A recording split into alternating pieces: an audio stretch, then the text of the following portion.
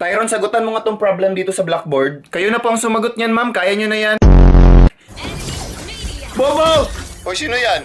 Tanga! Walang modo. Sino yan? Sige, ipunin mo yung skill mo, ha? Huwag ka mag-stun. Ipunin mo yung skill mo para maging mayaman ka, tapos bili ka utak, ha?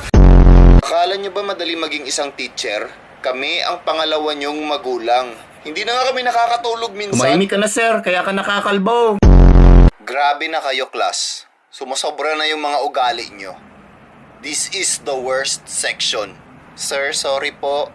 Hindi naman po lahat ng students dito bobo tulad ni Tyro. Ay, ng ibang estudyante. Sir, yung iba nga dito, sir, kailangan na makilala yung toothpaste kasi dumadaloy na po sa wifi yung kanilang hininga. Yung iba talaga dito, sir, pumapatol ng pinsan. Yung iba talaga dito, sir, pumapatol ng teacher para lang makapasa. At least hindi ka mukha ni Kokey. At least hindi naka-on yung filter at nakataas yung brightness para hindi halata yung mga libag-libag sa leeg kapag naka-on ang kamera. Ang daming alam, 0/50 naman sa math. Ang daming alam, mukha namang lalaki! As quiet, ito yung sinasabi ko kanina. Kaya nga, Tyron, ang ingay mo. Mas maingay yung putok mo!